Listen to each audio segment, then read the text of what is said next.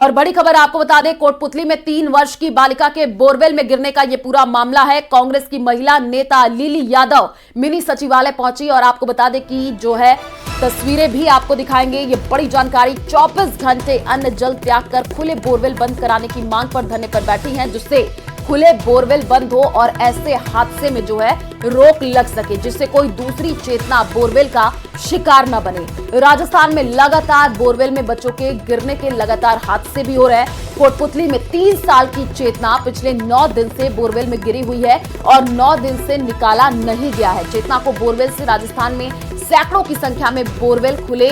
सरकार से मांग, ऐसे बोरवेल का सर्वे जो है कराया जाए। तो ये बड़ी जानकारी आपको दे रहे हैं, जहां पर बोरवेल बंद कराने की मांग पर धरना दिया जा रहा है। मासूम के बोरवेल में गिरने का ये पूरा मामला है। खुले बोरवेल बंद हो, ऐसे हादसे में जो है रोक लग सके, इसी को लेकर के धरना दिया जा रहा है। तो मासूम के बोरवेल में गिरने का ये पूरा मामला है। कांग्रेस की महिला नेता धरने पर बैठी हैं। ये बड़ी जानकारी आपको दे रहे हैं, जहां पर आपको बता दें कि 3 साल की जो मासूम चेतना बोरवेल में गिरी है, उसको निकालने के तमाम प्रयास किए जा रहे हैं। अब कांग्रेस की महिला जो है, आप देखिए तस्वीरें सामने आई है, जो कि धरने पर बैठी हुई हैं। कई तरीके की मांग की जा रही है कि आने वाले दिनों में ऐसी घटना ना हो, उसी को लेकर के जो है जितने भी बोरवेल खुले हुए हैं उसको जल्द से जल्द बंद कराया जाए।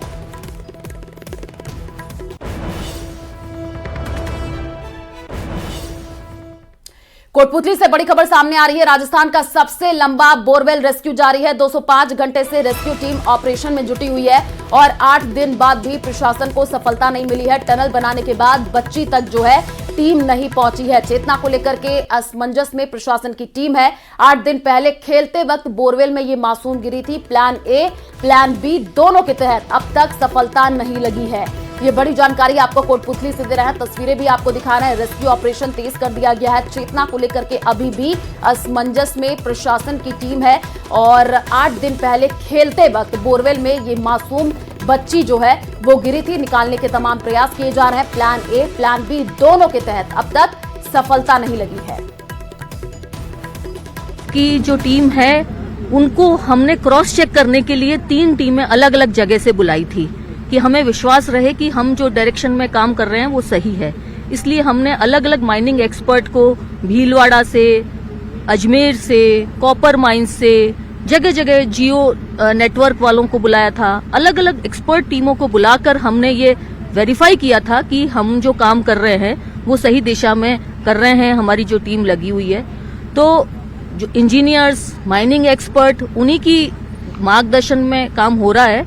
और अभी जो वर्तमान परिस्थितियां हैं उनमें हमारे द्वारा उन सभी से दोबारा चर्चा, फोन पे चर्चा की गई है और उनके द्वारा जो भी गाइडेंस दी गई है उस दिशा में हम काम कर रहे हैं। आज तो हमारी अभी भी है और हम हिम्मत हार नहीं रहे हैं। हम इस रेस्क्यू ऑपरेशन को पूरा करेंगे और बच्ची को विपरीत परिस्थितियां जो भी हमारे सामने आ रही है उन सबको, चैलेंजेस को हम स्वीकार करते हुए आगे बढ़ रहे हैं। पूरी टीम हमारी मोटिवेटेड है और हमें विश्वास है कि हम ये रेस्क्यू ऑपरेशन पूरा करके बच्ची का। खबर करौली से है, जहां सपोटरा में सड़क के बीच खुला पड़ा कुआं बड़े हादसे को निमंत्रण दे रहा है। खुला कुआं सड़क के साथ ही लगा होने की वजह से राहगीरों और वाहन चालकों के साथ हमेशा बड़ा हादसा होने की आशंका बनी रहती है।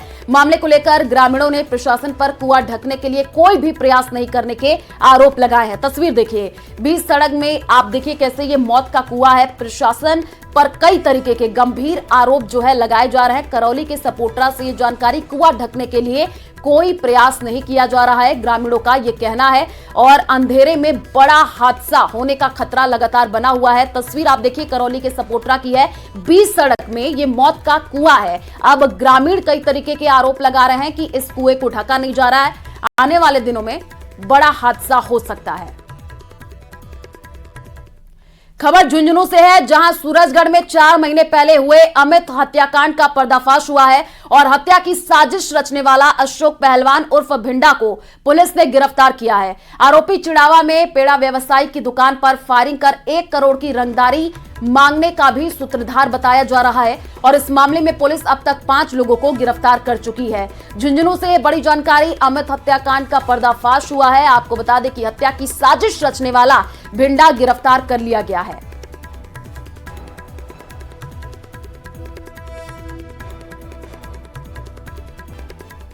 12 से बड़ी खबर सामने आ रही है। अवैध खनन के खिलाफ बड़ी कार्रवाई देखने को मिली है। अवैध खनन करते 3 ट्रैक्टर ट्रॉली जब्त कर लिए गए हैं। 12 जिले के कवाई थाना क्षेत्र में पुलिस और खान विभाग ने एक संयुक्त कार्रवाई करते हुए अवैध खनन कर बजरी ले जाती 3 ट्रैक्टर ट्रॉलियों को जब्त किया है। एसडीएम अटरू के नेतृत्व में कवाई और मोटपुर थाना पुलिस और खान विभाग की संयुक्त दल ने कवाई थाना क्षेत्र के लोलाहेड़ी गांव के समीप नाले में छापेमार कार्रवाई को अंजाम दिया है और इस दौरान मौके पर टीम को बजरी भरी 3 ट्रैक्टर ट्रॉली मिली है, जिन्हें टीम ने जब्त कर लिया है और इन जब्त ट्रैक्टर ट्रॉली के विरुद्ध खान विभाग द्वारा कार्रवाई की जा रही है। तो अवैध खनन के खिलाफ ये बड़ी कार्रवाई मानी जा रही है। अवैध खनन करते 3 ट्रैक्टर ट्रॉली जब्त कर लिए गए हैं। 12 से ये बड़ी जानकारी आपको दे रहे हैं, जहां पर ये बड़ी कार्रवाई देखने को मिली है। तस्वीरें भी आपको दिखा रहे हैं। अवैध खनन करते 3 ट्रैक्टर ट्रॉली को जब्त किया गया है।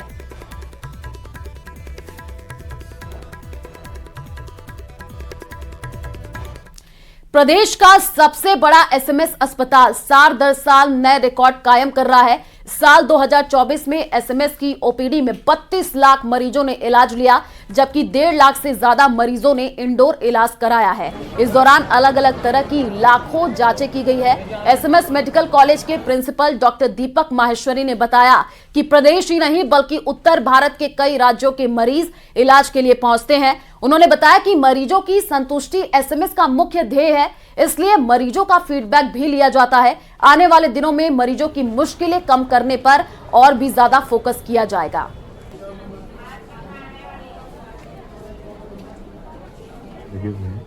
करीब हमने 32 लाख लोगों को ओपीडी में पिछले साल ट्रीट किया है और 1.5 से 1.25 लाख लोग हमने आईपीडी में ट्रीट किए हैं। ये आंकड़ा बहुत बड़ा है और जैसे आप सब लोग जानते हैं, हम खाली राजस्थान ही नहीं, उत्तर भारत की बहुत सारी स्टेट्स को कवर करते हैं। हमारे पास लोग विश्वास के साथ। प्रदेश कांग्रेस कमेटी की ओर से बुधवार को पूर्व प्रधानमंत्री डॉक्टर मनमोहन सिंह के निधन पर श्रद्धांजलि सभा का आयोजन किया गया। श्रद्धांजलि सभा के बाद मुख्यमंत्री अशोक गहलोत ने केंद्र सरकार पर निशाना साधा।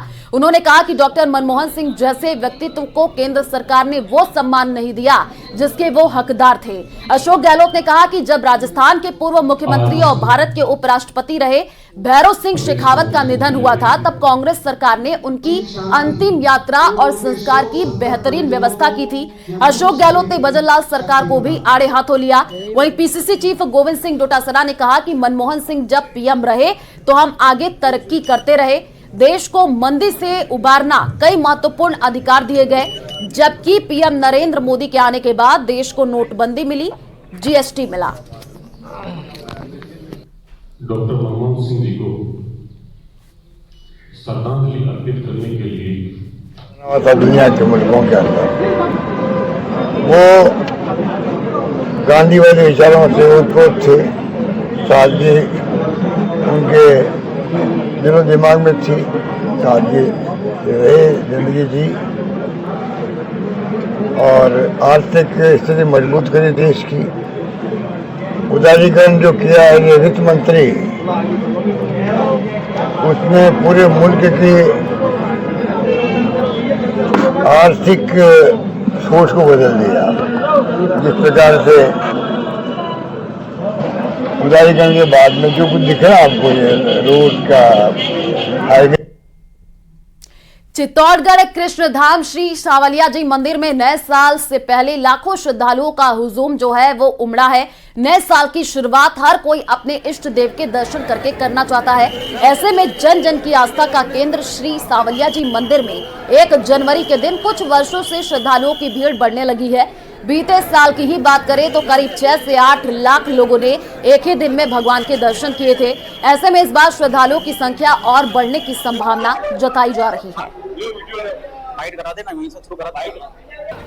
है 4 से 5 लाख श्रद्धालु रोज दर्शन कर रहे हैं, तो उसके लेके बाहर जो है सिंह द्वार से एंट्री कर रखा है। मतलब 1 पॉइंट एंट्री रखी है और एग्जिट भी उसी हिसाब से रखा है। सिंह द्वार से ही एंट्री रहेगी, सिंह द्वार से एग्जिट। महिलाओं पुरुषों की लाइन अलग अलग बनाई है, धक्का मुक्की नहीं रहे, इसलिए लाइनिंग की व्यवस्था करी। पर्याप्त जाब्ता पुलिस का लगा हुआ है। इसके अलावा जो हमारा इंटरनल सिक्योरिटी रहती है वो भी पर्याप्त रूप से तैनात है।